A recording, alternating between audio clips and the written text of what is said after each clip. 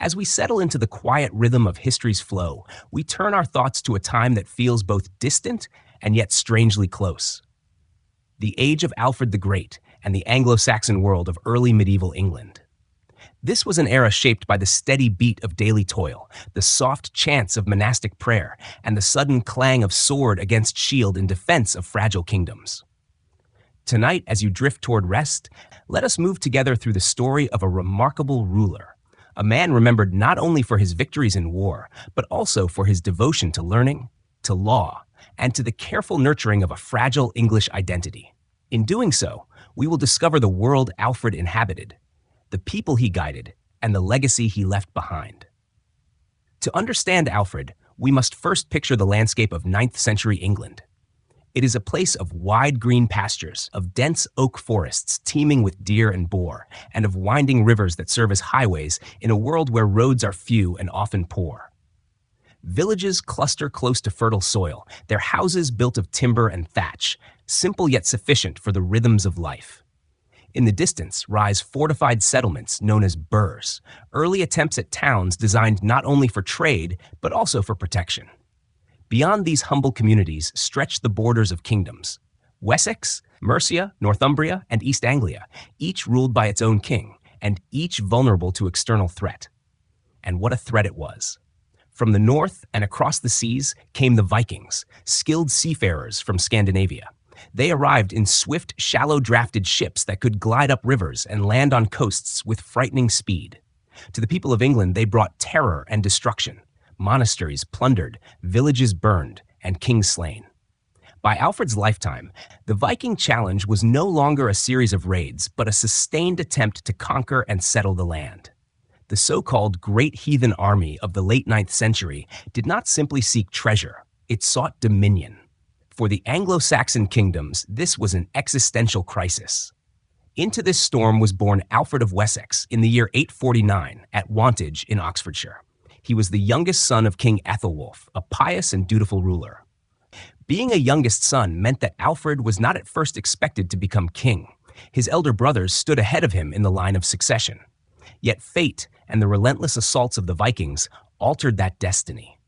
Each brother reigned in turn, some only briefly, until the crown came to Alfred's brow.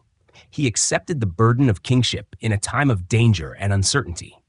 But before he was king, Alfred was a boy shaped by unusual experiences. At the age of 4, he traveled with his father to Rome, where he was presented to Pope Leo IV. Imagine the young prince gazing at the vast basilicas, listening to the solemn Latin chants, absorbing the grandeur of a faith that bound together much of Europe. That journey left an impression that lasted throughout his life, a sense of connection to the wider Christian world and a devotion to spiritual and intellectual growth.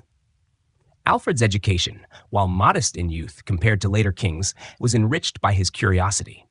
He struggled with illness throughout his life, which may have given him an appreciation for quiet study and reflection. When Alfred came to the throne in 1871, he inherited a kingdom under siege. The Anglo Saxon Chronicle, a key record of the time, describes that year as the year of battles. Alfred fought 9 pitched battles against the Danes in a single year, sometimes with success, often with painful losses. For a time, it seemed Wessex might fall as other kingdoms had. Yet Alfred endured, retreating when necessary, striking back when opportunity arose, and gradually reshaping his realm into something more resilient. This resilience was not only military. Alfred recognized that to survive, a kingdom needed strong foundations. He began to reorganize the defenses of Wessex, building fortified burhs linked by roads and manned by militias. He fostered a navy to counter the Viking fleets, creating what some have called the First English Navy. He also turned his attention to justice, issuing laws that sought to combine biblical principles with traditional customs. Perhaps most significantly, he nurtured a revival of learning, inviting scholars from abroad, translating essential Latin texts into Old English, and encouraging education for clergy and nobility alike. Alfred's reign was not merely a story of war and peace, but of transformation. Through his efforts, the Kingdom of Wessex became not only a stronghold of resistance, but the seedbed of a unified England. Later generations looked back to him as the one true great king in English history, a rare title granted not for sheer conquest, but for a combination of courage, wisdom, and foresight. As you listen tonight, let us drift gently through Alfred's world. We will explore the origins of Anglo Saxon England, the rhythms of daily life, the terror of Viking invasions, the rise of Alfred as king and commander, his reforms in law and learning, and the enduring memory of his reign. Along the way, we will pause to consider the landscapes, the monasteries, the halls of kings, and the quiet moments of prayer that shaped this early medieval society. Each chapter will invite you deeper into the story, unfolding not with haste, but with the calm pace of evening reflection. Close your eyes if you wish, and imagine yourself in a candlelit hall, the fire crackling low, a voice weaving tales of the past. You are safe here, in the company of memory, while outside the night stretches wide. The story of Alfred the Great awaits us, steady and patient, ready to guide us through the winding paths of history until sleep takes you gently into its embrace. The story of Alfred the Great is rooted in a world that was already centuries old by the time of his birth. To understand his reign and the challenges he faced, we must begin with the origins of Anglo Saxon England itself. The land that we know as England in the 9th century was a tapestry of cultures, languages, and traditions that had been woven together over generations, beginning with the migration of peoples from across the North Sea. When the Roman Empire withdrew its legions from Britain in the early 5th century, it left behind a patchwork of towns, decaying villas, and vulnerable local communities. Roman order, which had provided roads, baths, and written administration, began to fade. Into this vacuum came new settlers, the Angles, the Saxons, and the Jutes. These Germanic peoples arrived from what is now Denmark and northern Germany, drawn across the sea by both opportunity and need. They came as raiders at first, then as settlers, carving out new communities on the fertile soils of eastern and southern Britain. The blending of these groups gave rise to what historians call the Anglo Saxons. Over time, they established kingdoms, each with its own royal lineages, warrior aristocracy, and distinctive customs. Among these were Wessex in the southwest, Mercia in the Midlands, Northumbria in the north, and East Anglia in the east. Each kingdom vied for dominance, forging alliances, waging wars, and occasionally sharing culture and trade. The Anglo-Saxon Chronicle, compiled later but drawing on older records, offers us glimpses into this era, where the deeds of kings and the battles of clans defined political life.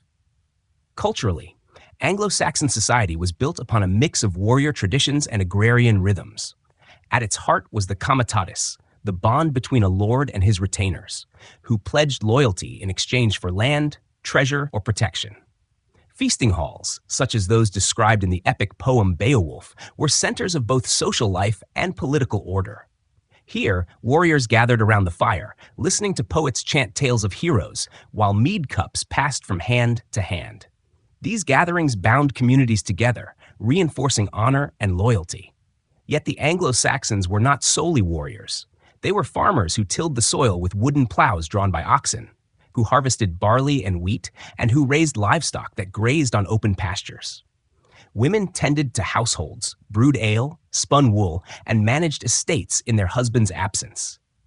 Children learned early to contribute to the life of the village, whether through small chores, gathering wood, or helping in fields. Daily life was modest, but it was also rich with tradition and shared responsibility. Religion played a powerful role in shaping Anglo-Saxon identity. By the 7th century, the Anglo-Saxons had largely converted to Christianity, thanks in part to missionaries from Rome, such as Augustine, and from Celtic traditions, such as those carried by monks from Iona and Lindisfarne. The new faith brought with it not only a spiritual framework, but also a connection to the wider Christian world. Monasteries flourished, producing illuminated manuscripts, copying sacred texts, and teaching literacy to a select few. The great monastery at Jarrow, where the Venerable Bede wrote his ecclesiastical history of the English people, stood as a beacon of learning that illuminated the early medieval age. The landscape of Anglo-Saxon England was dotted with churches and monasteries, but also with sacred relics of earlier times. Burial mounds, such as those at Sutton Hoo, revealed the grandeur of elite warriors and kings. The treasures buried there, helmets, shields, and intricate jewelry, spoke of a society deeply concerned with both earthly power and spiritual destiny. Archaeology confirms what chronicles suggest, that Anglo Saxon England was a dynamic society, aware of its continental neighbors and engaged in long-distance trade. Silver coins minted in kingdoms traveled far, and goods from Frankish lands, Scandinavia, and even the Mediterranean occasionally found their way to English shores. The political structure of Anglo-Saxon England was both fragile and flexible. Power was never absolute. Kings relied on the loyalty of their nobles, called ealdormen, and on assemblies known as wheatons or councils, where laws were discussed and decisions made. While kings were figures of authority, their success often depended on the consent and support of these assemblies. It was a system based as much on negotiation as on command. By the time Alfred was born in 849, Anglo-Saxon England had developed a strong cultural identity, but was also marked by rivalry and division. The great kingdoms had risen and fallen in cycles of war and alliance.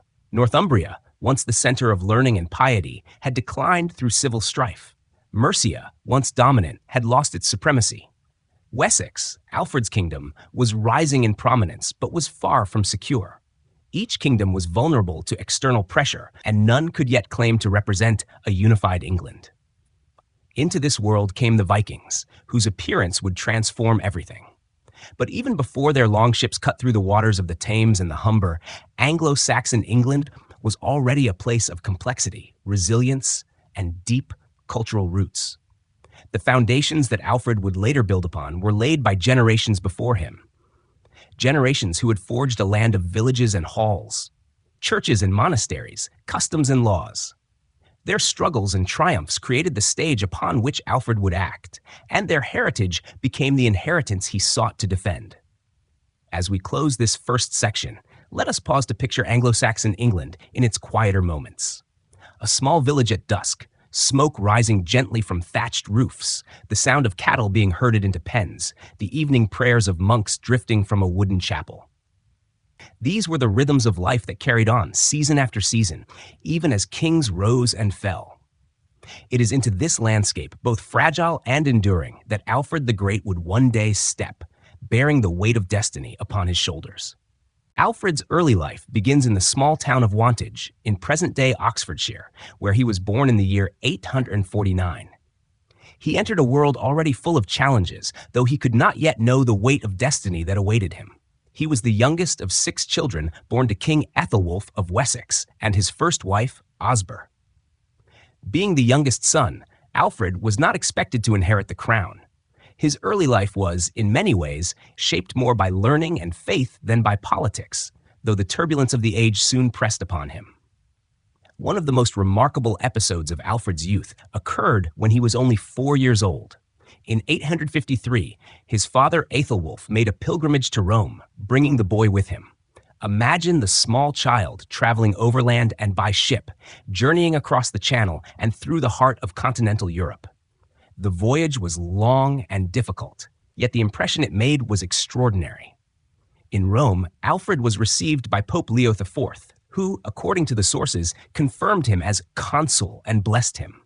Though the title was largely symbolic, it represented a recognition of Alfred as a prince of promise.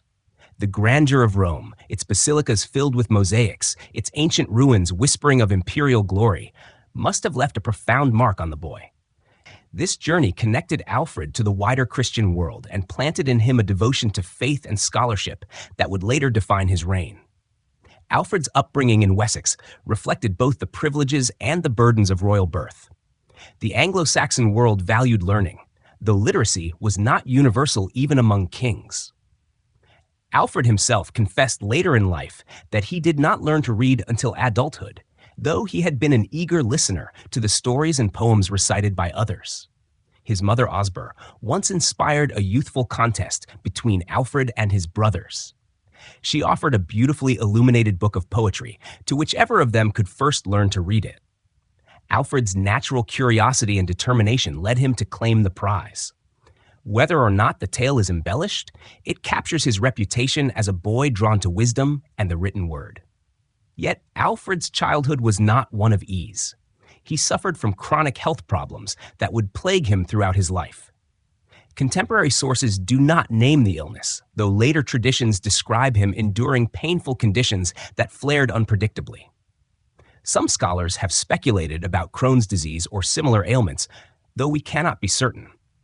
What we can say is that his frailty may have deepened his sensitivity and resilience.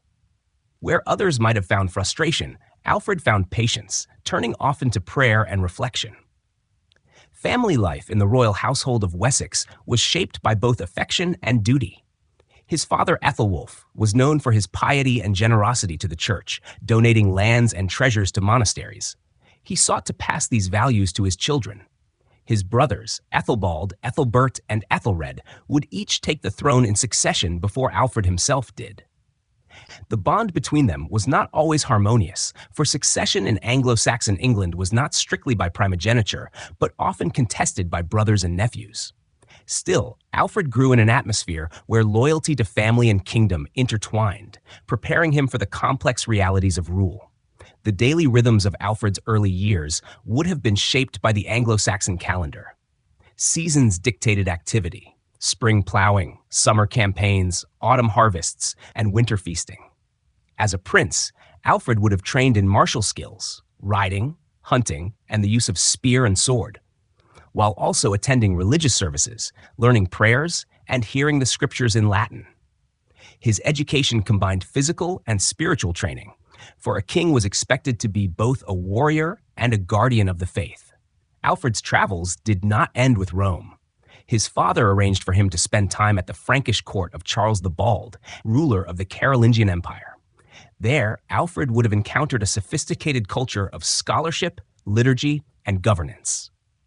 The Carolingians, heirs to Charlemagne's legacy, emphasized the revival of learning and the copying of texts. Alfred absorbed these influences, later modeling his own cultural reforms on what he had witnessed abroad. This exposure to continental Europe broadened his horizons, giving him a sense of being part of a larger Christian civilization, not merely a local prince in a small kingdom. Despite these rich experiences, Alfred's youth was overshadowed by the growing menace of the Vikings. From the 850s onward, Viking raids on the English coast became increasingly destructive. Alfred, as a boy, would have heard tales of monasteries burned and towns sacked, of gold and silver plundered, and of monks fleeing with their precious manuscripts. By the time he was a teenager, these threats were no longer distant stories. They were immediate dangers pressing upon his family and homeland. And so, Alfred's early life was one of contrasts, tender and scholarly moments alongside the ever-present drumbeat of war. He was nurtured in faith, yet hardened by uncertainty. He learned not only from books and teachers, but from journeys that took him beyond Wessex, showing him the grandeur of Rome and the vibrancy of Frankish courts. He endured physical suffering, yet drew from it patience and endurance. These qualities would serve him well when fate placed the crown upon his head earlier than anyone had expected.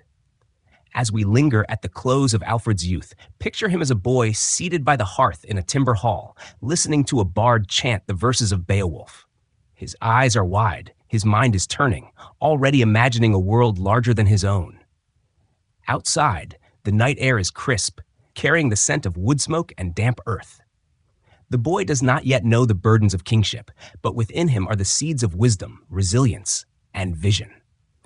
The path ahead is uncertain, but the foundation is strong. The world of Alfred's childhood and youth was one already trembling under the shadow of the Vikings. To grasp the enormity of Alfred's challenge, we must immerse ourselves in the story of these sea-born warriors and settlers, whose arrival changed the course of Anglo-Saxon England forever. The so-called Great Heathen Army, which descended upon the island in the late 9th century, was not simply a band of raiders, but a formidable coalition bent on conquest and settlement.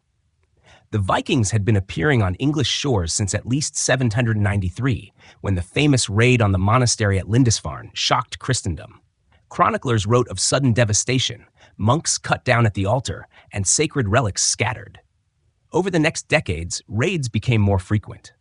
The Vikings came from across the sea in sleek, shallow-draft ships, their sails striped, their dragon-prowed vessels able to slip into rivers as easily as oceans. Their mobility gave them an advantage that the Anglo-Saxons found difficult to match. By Alfred's youth, these incursions had escalated into organized campaigns. The Great Heathen Army, as the Anglo Saxon Chronicle called it, landed in 865 and began a years-long campaign of conquest. It was led by figures remembered in both legend and record. Ivar the Boneless, Halfdan Ragnarsson, and Ubba, said to be sons of the semi-mythical Ragnar Lothbrok. Whether or not the sagas exaggerate, their leadership brought unity to disparate Viking bands, creating a force of unprecedented size and coordination. The great heathen army swept through England, kingdom by kingdom. Northumbria, long a center of learning and monastic culture, was struck first. In 866, they captured York, transforming it into a Viking stronghold. Monasteries were plundered, noble families toppled, and new rulers installed. East Anglia followed in 869, its king Edmund captured and executed, later remembered as Saint Edmund, a martyr who became patron of the region. Mercia, once dominant among the Anglo-Saxon kingdoms, struggled to resist and eventually submitted, allowing the Vikings to establish themselves more firmly. Wessex, Alfred's homeland, became the last major kingdom still resisting. The Vikings struck deep into its territory, and Alfred's older brothers bore the weight of defense before the crown came to him. Alfred himself, as a young prince and later as a commander, fought in these early clashes. He witnessed firsthand the terror of swift Viking raids, villages burned, crops stolen, and communities uprooted. Yet he also saw how the invaders did not simply seek plunder. Increasingly, they sought to stay. The Danes began to carve out lands to settle, establishing what became known as the Danelaw, regions under Viking law and custom.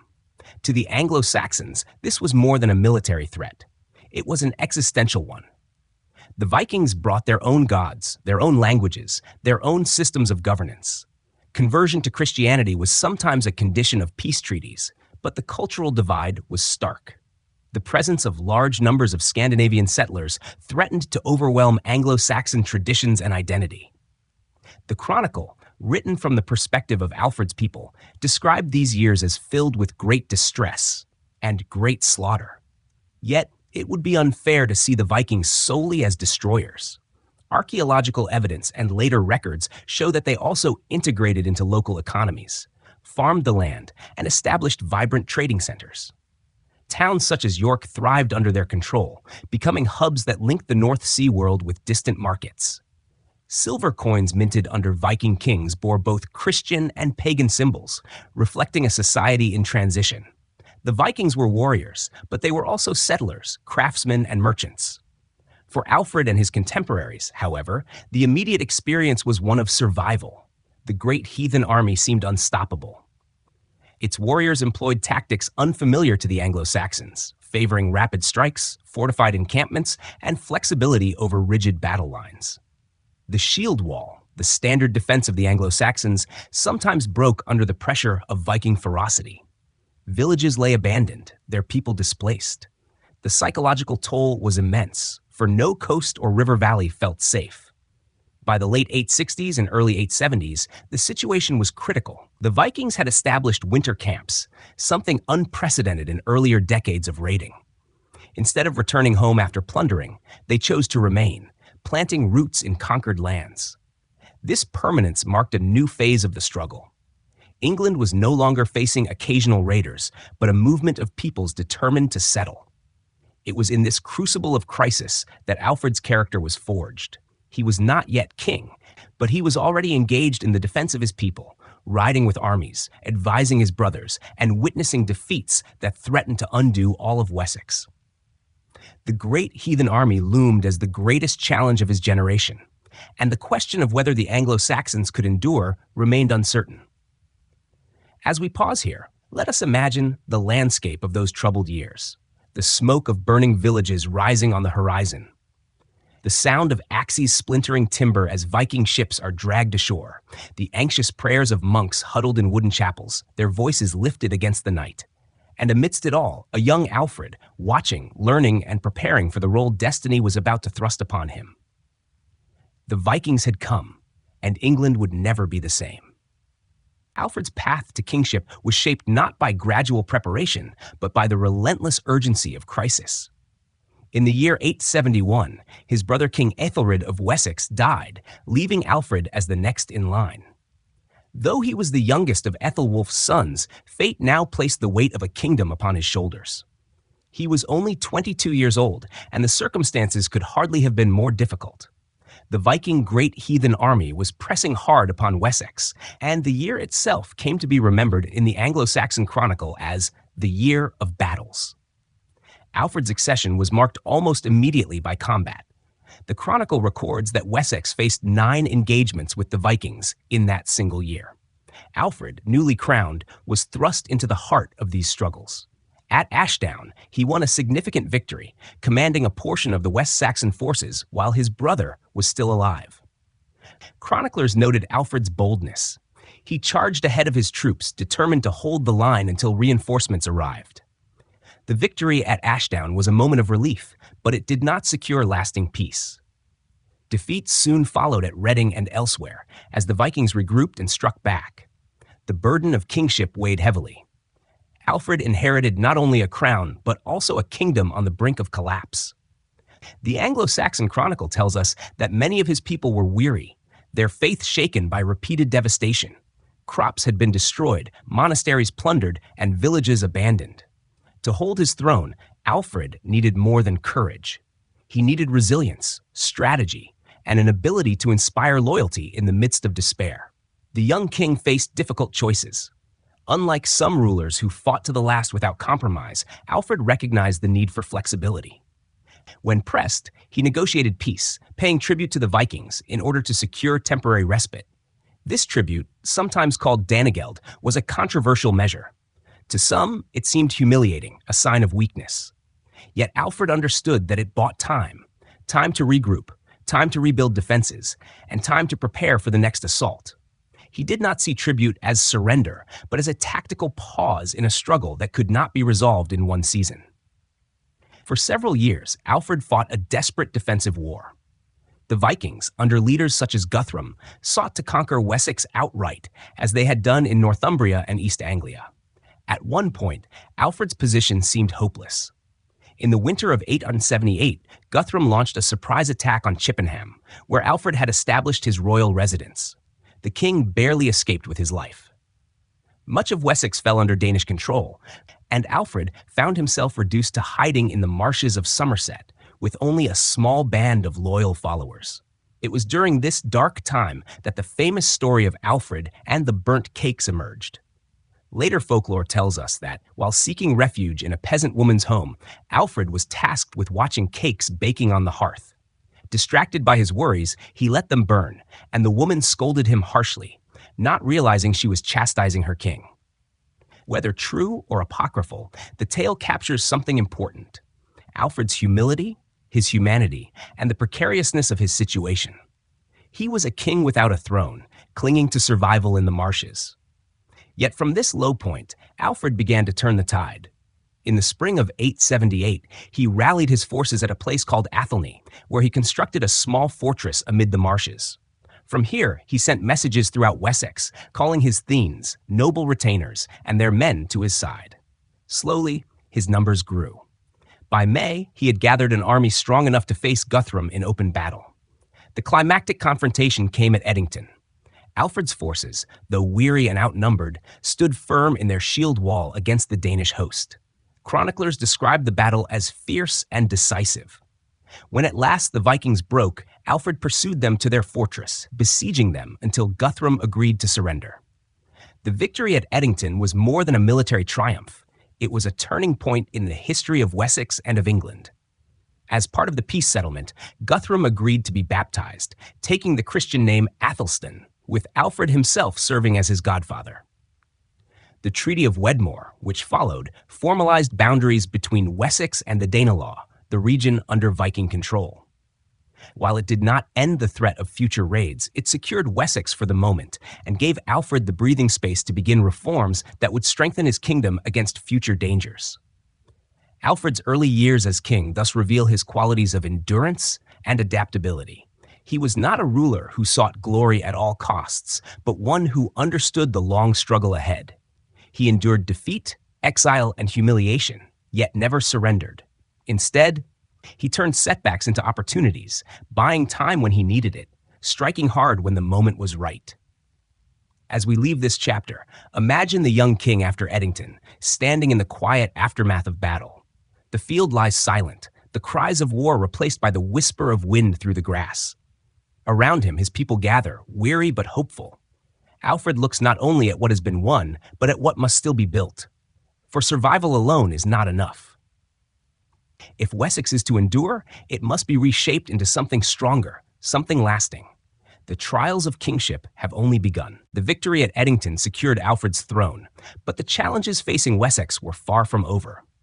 The kingdom had survived the immediate crisis, yet Alfred knew that survival required more than bravery in battle.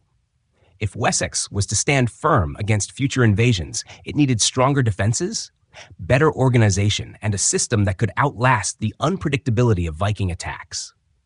In the years that followed, Alfred introduced a series of reforms that transformed his kingdom's military structure, most famously through the creation of the Burh system. The Burhs, fortified settlements, were at the heart of Alfred's defensive strategy. Before his reforms, Anglo Saxon towns and villages were vulnerable to sudden raids. A Viking fleet could sail up a river, strike a settlement, and vanish before an army could respond. Alfred recognized that mobility and speed were the Vikings' greatest advantages, and he sought to counter them with a network of strong points spread across his realm. A burh was more than just a fort. It was a carefully planned settlement, often built on elevated ground or near rivers, enclosed by earthen banks topped with timber palisades. Some were entirely new constructions, while others reused ancient Roman walls or Iron Age fortifications. Inside, space was allocated for homes, workshops, markets, and garrisons. The idea was to ensure that no community in Wessex was more than a day's march from a defensive refuge. If Vikings struck, local people could retreat to the nearest burh, where defenders could hold out until reinforcements arrived. The Anglo Saxon Chronicle records Alfred's commitment to building and maintaining these fortresses. Archaeological remains confirm their scale and planning. The Burgle Haidaj, a document from the period, lists over 30 such sites, from Winchester to Exeter, from Wallingford to Wareham. Each was garrisoned according to a system of hides, units of land measurement. Landowners were responsible for providing men proportional to the size of their estates, ensuring that every fortress had a permanent force ready to defend it. This system tied military service directly to the land and gave Wessex a more reliable defensive network than it had ever known. The burhs also became centers of trade and administration. Markets flourished within their walls, protected from raiders. Craftsmen set up workshops, minting coins, forging weapons, and producing goods for both local use and wider exchange. In this way, Alfred's military reform had an economic and cultural impact as well. The burhs were not only fortresses, but also seeds of urban growth, laying the foundations for the later development of English towns. Alongside the burh system, Alfred restructured his military forces. The old system of the fyrd or levy relied on farmers leaving their fields to serve for a set period. While useful in emergencies, it was ill-suited for sustained campaigns, especially when Viking armies could remain in the field for months at a time. Alfred divided his forces into two rotating groups. One half served in the field, while the other half remained at home, ready to defend and continue farming. This ensured that the kingdom was never entirely undefended, and that agriculture, the backbone of society, was not neglected. Alfred also recognized the importance of naval power. The Vikings dominated the seas, their longships able to strike quickly and unpredictably. To counter this, Alfred built a fleet of ships that were reportedly larger and sturdier than the Viking vessels. Some chroniclers even describe them as twice as long as the enemy's, designed to hold more men and withstand rougher waters. Though naval battles were not always decisive, this innovation marked one of the earliest attempts at creating an English navy. By controlling rivers and coastal waters, Alfred could limit the Vikings' freedom of movement and protect his shores more effectively. These reforms reflect Alfred's practical genius. He did not merely imitate Viking methods, but adapted them to the needs of his people. His system of rotating armies balanced defense with agricultural necessity. His burhs combined military strength with economic vitality. His ships sought to challenge the enemy on their own terms. Each measure reinforced the others, creating a web of defenses that made Wessex far more resilient. The psychological effect of these reforms was equally important. For years, Anglo Saxons had lived in fear of sudden raids, powerless to resist. Now they had strongholds to flee to, organized militias to defend them, and a king whose strategy offered hope of survival. The sense of despair that had gripped the land after Chippenham was gradually replaced by a new confidence. Still, Alfred's reforms required heavy burdens. Building and garrisoning burhs demanded labor, resources, and coordination. Landholders were obliged to provide men and supplies, and ordinary people contributed through taxation and service. Some may have resented these obligations, but the necessity of defense made them unavoidable. Alfred's leadership lay not only in designing these systems, but also in persuading his people to accept them for the sake of the kingdom's survival. As we pause at the end of this section, let us picture a newly built burh rising on the landscape. Wooden walls encircle neat rows of dwellings, smoke rising from hearths inside. Farmers lead their families within at the first sign of Viking sails on the horizon. Militiamen stand watch at the gates, spears in hand, their eyes scanning the river below. Beyond the walls, fields stretch wide, where crops still grow and cattle graze. The people feel safer now, their lives more secure under the careful design of their king. This was Alfred's gift, not merely to fight battles, but to reshape the very fabric of his kingdom so that it could endure. From the marshes of exile to the organized burhs of Wessex, Alfred turned crisis into opportunity, transforming vulnerability into resilience. The kingdom of Wessex was no longer merely surviving, it was beginning to thrive. Having secured his kingdom with fortresses and reforms, Alfred turned his attention to the soul of his realm. He believed that a kingdom was not preserved by swords alone, but also by laws, justice, and faith. For Alfred, good governance was as essential as good defense, and he saw his role as king not only as a commander in war, but also as a shepherd of his people's morals and customs. Law in Anglo-Saxon England was a mixture of ancient customs and royal decrees. Long before Alfred, kings had issued codes that defined obligations, penalties, and protections. These laws were practical, addressing issues such as property disputes, compensation for injuries, and the rights of freemen and slaves. Alfred inherited this tradition, but he reshaped it into something more coherent, drawing together earlier codes while grounding them firmly in Christian principles. Alfred's Doom Book, his compilation of laws, survives as one of the most important achievements of his reign. It begins not with rules about theft or land, but with a preface citing the Ten Commandments, the laws of Moses, and the teachings of Christ. Alfred explained that he drew upon the wisdom of his predecessors, such as King Ine of Wessex and King Offa of Mercia, while also seeking to harmonize their codes with biblical morality. His goal was not simply to create order, but to establish justice rooted in divine authority. The laws dealt with many aspects of daily life. Theft, for example, carried penalties of fines or even death, depending on the circumstances. Compensation, known as weregild, was central to Anglo-Saxon justice. A person's life had a defined value based on their social rank, and if someone was killed, the offender's family was expected to pay this price to the victim's kin. This system sought to prevent endless cycles of vengeance by providing structured restitution. Alfred preserved this tradition, but ensured that it was administered with Christian fairness. Justice, in Alfred's vision, was not simply punishment, but also mercy. In his preface, he emphasized the principle that law should reflect both justice and compassion. He wrote of how Christ urged his followers to do unto others as they would have done to themselves. This blending of severity with mercy reflects Alfred's broader philosophy, a kingdom held together not only by fear of reprisal, but by a shared sense of moral responsibility. Alfred's laws also highlighted the importance of oaths and loyalty. Swearing falsely was a grave offense, for trust was the foundation of a society where written records were scarce. Similarly, harboring outlaws or assisting thieves was condemned. Law sought to weave a net of accountability across the realm, binding lords, freemen, and even slaves into a shared system of expectations. Religion was central to this vision of governance. Alfred saw his kingship as divinely ordained, a trust placed in him by God. He prayed often, attended services diligently, and sought counsel from bishops and priests. He invested in the repair and building of churches, ensuring that spiritual life was interwoven with political stability. He believed that a kingdom devoted to God would be granted favor in its struggles, both temporal and eternal. At the same time, Alfred respected tradition. His laws did not erase older customs, but adapted them. He understood that continuity provided legitimacy. By honoring past kings while framing his rule within Christian faith, Alfred positioned himself as both a custodian of heritage and an innovator for his time. This commitment to law and faith had practical effects. By codifying rules clearly, Alfred provided his people with consistency, reducing disputes and strengthening loyalty.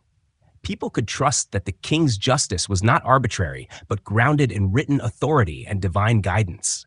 His reputation for fairness spread, bolstering his image as a wise and righteous ruler. The intertwining of justice and faith was also a means of unification. In a land fractured by Viking incursions and cultural divisions, Alfred's laws created a common framework. Whether a noble in Winchester or a farmer near the Dorset coast, subjects could look to the same principles of justice. In this way, Alfred was laying the groundwork for a shared English identity, rooted in law and belief. As evening draws upon our reflection, let us picture Alfred not in armor, but seated at a wooden table in his hall, a candle flickering beside him. Before him lies a parchment, inked with the laws he has gathered and shaped. His face is calm, his hand steady as he writes, not merely for his own reign, but for generations to come. Around him, advisors and clerics murmur softly, discussing passages of scripture and the customs of old kings. The hall is quiet, filled not with the clash of weapons, but with the gentle scratch of quills and the weight of thought. In such moments, Alfred embodies his role as lawgiver and guardian of faith. His strength lay not only in rallying armies, but in weaving justice and mercy into the life of his kingdom. For Wessex to endure, its people needed more than walls and swords. They needed a vision of order, fairness, and divine purpose.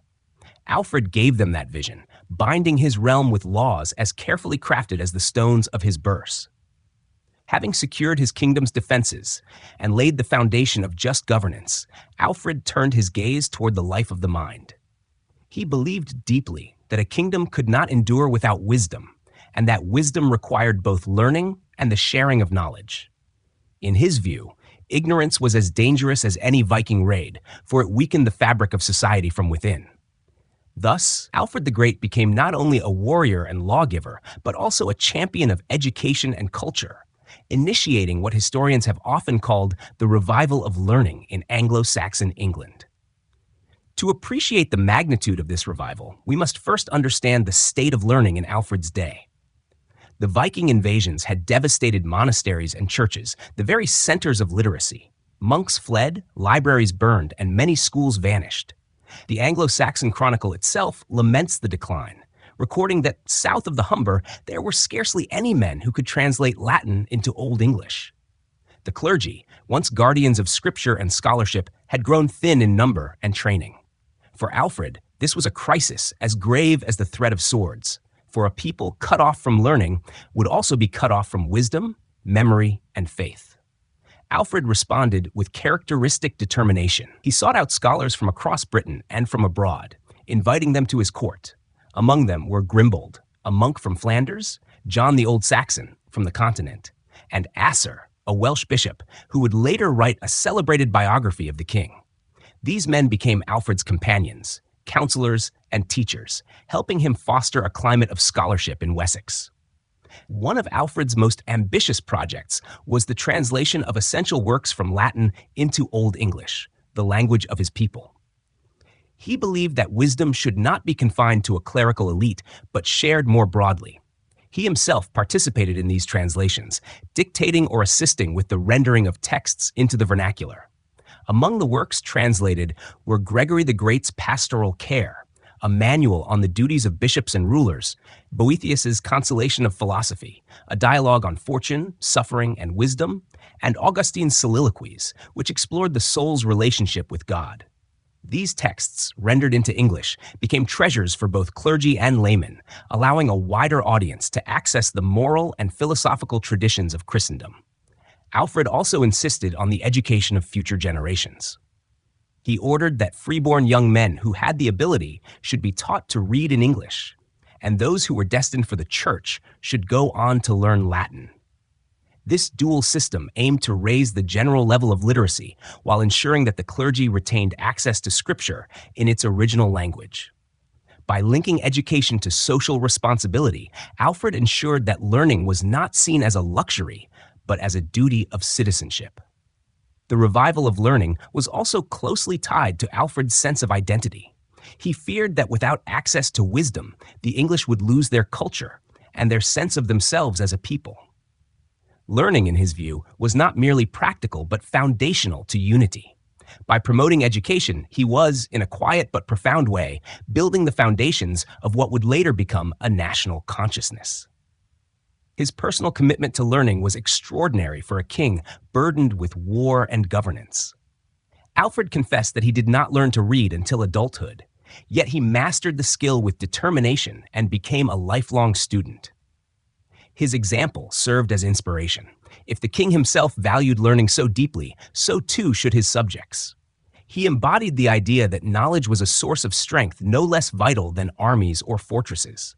The atmosphere of Alfred's court reflected this cultural revival. Imagine a hall not only filled with warriors boasting of deeds, but also with scholars debating scripture, philosophers pondering the nature of fate, and scribes copying precious manuscripts by candlelight. The crackle of firelight illuminates the faces of clerics bent over parchment, while the soft murmur of Latin phrases mingles with the sounds of quills scratching. Alfred moves among them, listening, questioning, and encouraging, his curiosity as lively as his authority. This was a court that valued not only valor, but also wisdom, a place where ideas were as carefully nurtured as military strategy. The impact of Alfred's reforms rippled outward. Schools were established near monasteries and cathedrals. Books became more widely available, ensuring that future generations would not suffer the same famine of knowledge. The translations created under his reign preserved texts that might otherwise have been lost in the chaos of the age. In this way, Alfred's efforts were not only for his own time, but for centuries to come. His revival of learning also had a spiritual dimension. For Alfred, education was inseparable from faith. To understand God's will, one must read scripture. To govern justly, one must learn wisdom. To live virtuously, one must study the examples of the saints and philosophers. Thus, his cultural program was as much about saving souls as it was about saving society. As we drift at the close of this section, let us picture an image of Alfred in quiet study. The hall is hushed, the day's battles and councils behind him. A candle flickers beside a manuscript open upon the table. His lips move silently as he puzzles over a passage, savoring each word. Outside, the wind stirs the trees, and the night stretches wide, but within, there is light. The light of learning, gently rekindled in a time of darkness. To understand Alfred's reign in its fullness, we must step away from the halls of kings and the chronicles of battles, and instead wander into the rhythms of daily life in Anglo Saxon England. For while rulers and armies shape the broad strokes of history, it is in the simple patterns of ordinary existence, farming, prayer, craft, and family, that we glimpse the world Alfred sought to protect. Anglo-Saxon England was overwhelmingly rural. Villages, often small clusters of timber and thatched dwellings, dotted the landscape, surrounded by open fields and meadows. Most people lived close to the soil, their lives governed by the turning of the seasons. In spring, men and women plowed the earth with wooden plows pulled by oxen, sowing barley, wheat, and rye. In summer, they weeded and tended crops, watching the skies anxiously for storms. Autumn brought the harvest, with entire communities laboring together to gather grain, store hay, and thresh what they had grown. Winter was leaner, a time of conserving resources, repairing tools, and telling stories by the fire. Houses were modest, constructed from timber frames filled with wattle and daub, with roofs thatched from straw or reeds. Floors were often of packed earth, and central hearths provided both heat and light. Smoke curled upward through a hole in the roof, giving the air a constant tang. Families slept on straw mattresses, wrapped in woolen blankets spun by hand. Daily life was simple, but it was far from idle. From dawn until dusk, people worked, tending animals, gathering firewood, brewing ale, weaving cloth, or carving wooden tools. The social fabric of these villages was tightly knit. At the heart of society were kinship and community. Neighbors relied on one another for survival, sharing tools, assisting in harvests, and offering protection in times of danger. Laws and customs reinforced this interdependence. Compensation for wrongs was often paid not only by the individual, but by his family, ensuring that bonds of loyalty and responsibility extended beyond the household. Above the villages stood the manorial estates of nobles, known as thens. These landholders provided leadership, collected dues, and raised men for military service. Their halls, larger than peasant dwellings, served as centers of feasting, council, and hospitality. Here, warriors pledged loyalty, and guests were welcomed with food and song. Such halls were not merely places of power, but also of culture, where poets recited epics and traditions were passed from one generation to the next. Religion suffused daily life. By Alfred's time, Christianity had long since taken root, shaping rituals from birth to death. Churches, often simple wooden structures, stood at the center of many villages. Monasteries, though devastated by Viking raids, remained vital hubs of prayer, learning, and charity. Bells called the faithful to worship, and the calendar revolved around feasts and fasts. Christmas and Easter were high points of celebration, but saints' days and local festivals also punctuated the year. Faith was woven into every rhythm: prayers before meals, blessings upon fields, and chants rising from monastic choirs. The world of the monasteries was especially important. Monks rose in the darkness for the first of 7 daily services, their voices chanting psalms in cold stone chapels lit by flickering lamps. By day, they tended gardens, copied manuscripts, and welcomed travelers. Nuns, too, lived lives of devotion, teaching girls, caring for the poor, and preserving knowledge. These religious communities embodied the balance of work and worship, ora et labora, that gave structure to Anglo Saxon spirituality. Trade and craftsmanship also flourished in Alfred's England. Within the Burhs, artisans forged weapons, shaped pottery, and worked with leather. Weavers produced woolen cloth, dyed with natural colors drawn from plants. Blacksmiths hammered iron into tools and nails, vital for both war and peace. Markets bustled with exchange. Salt, fish, honey, and livestock were traded, along with imported goods like wine from France or silver from the north. Coins bearing Alfred's likeness circulated, a symbol of both royal authority and growing economic stability.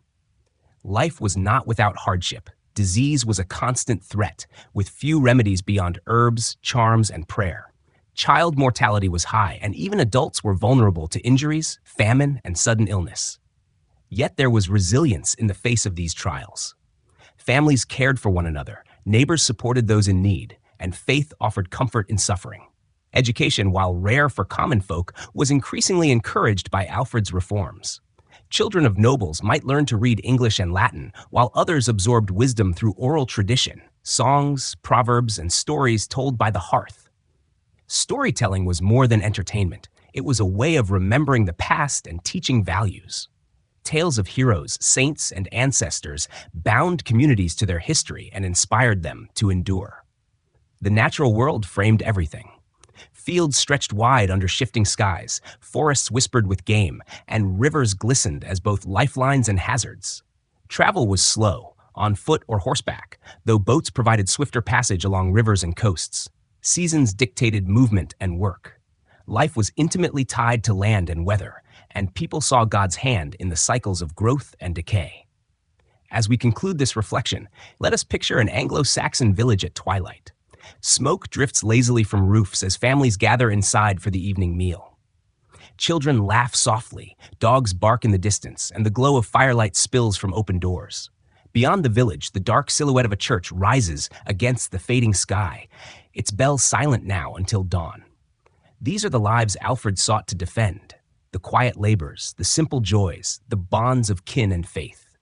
His battles and reforms were waged not only for kingship, but for these ordinary moments of peace, fragile yet enduring. As Alfred's life drew toward its close, his legacy began to take shape not only in the memory of his people, but in the very structures of the kingdom he had preserved. To speak of Alfred the Great is to speak of more than a man. It is to speak of a turning point in English history, a moment when the fragile threads of a people, threatened with extinction, were drawn together into something stronger, more enduring. His reign left behind lessons of resilience, justice, learning, and unity that continued to echo for centuries. Alfred died in 899, likely in his early 50s, after years of poor health. The precise nature of his illness remains uncertain, though contemporary accounts suggest long bouts of pain. Despite this, he remained active in governance until the end, delegating authority wisely to his sons and trusted nobles. His body was buried at Winchester, the royal city of Wessex, in a simple yet honored tomb. Later generations moved his remains, first to the New Minster and then, it is believed, to Hyde Abbey, though the final resting place of his bones remains uncertain. This shifting of his burial site became a metaphor of sorts for Alfred's enduring yet elusive presence in English history. Always remembered, always honored, but never fixed in one place. Yet Alfred's true resting place is in the institutions and ideals he left behind. His military reforms ensured that Wessex would not collapse as other kingdoms had.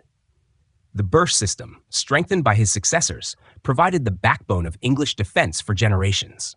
The navy he envisioned laid the foundations for England's later maritime strength. His laws, rooted in both tradition and scripture, gave coherence and fairness to governance, influencing legal thought long after his time. His devotion to education revived learning in a land threatened by illiteracy, preserving texts and cultivating a respect for wisdom that would shape the intellectual life of medieval England. Perhaps most importantly, Alfred sowed the seeds of unity. Before his reign, England was a patchwork of rival kingdoms: Northumbria, Mercia, East Anglia, Wessex, each with its own rulers and ambitions. Under the pressure of Viking invasions, and through Alfred's leadership, the idea of a common English identity began to take hold. Alfred himself never ruled a united England, but he laid the groundwork for his descendants to do so. His son Edward the Elder and his daughter Ethelfled, the Lady of the Mercians, expanded his vision, extending control over lands once lost to the Danes. By the mid-10th century, Alfred's grandson Ethelstan would be hailed as the first king of a truly unified England. Alfred's reputation as the Great arose not from conquest on a massive scale, as with Alexander or Charlemagne, but from the balance of his achievements. He defended his realm without destroying it. He restored learning while waging war. He combined humility with authority, pragmatism with faith. His greatness lay not in excess, but in harmony, a rare quality in any age. The memory of Alfred lived on in chronicles, in charters, and in the oral traditions of his people. Monks praised him as a new David, a king after God's heart. Later historians looked back to him as the model of a Christian ruler, one who cared for both the body and the soul of his people. In the centuries after his death, when England faced new threats, from Normans, from civil wars, from foreign kings, his example was invoked as a guiding light. Even today, statues of Alfred, such as the one standing in Winchester, present him with sword raised and crown firm, a symbol of resilience in the face of adversity. Culturally, Alfred's revival of learning preserved works that might otherwise have been lost in the turmoil of the early Middle Ages. His translations allowed wisdom to flow into the vernacular, shaping the English language itself. The very act of writing in Old English elevated the language, preparing the ground for later flowering in literature. Without Alfred's vision, the continuity of learning from antiquity into the medieval world might have faltered more severely in England. His legal reforms also shaped the English sense of justice. By grounding laws in biblical principles while honoring older customs, Alfred set a precedent for law as both sacred and practical. Later common law traditions, though developed much later, would carry forward this sense that law is a living inheritance, not merely a tool of rulers, but a covenant with the people.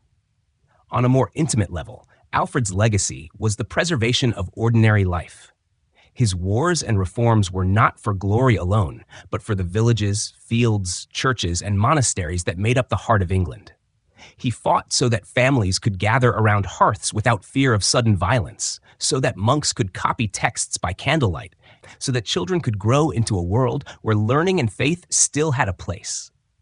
His greatness lay in protecting not just a kingdom, but a way of life.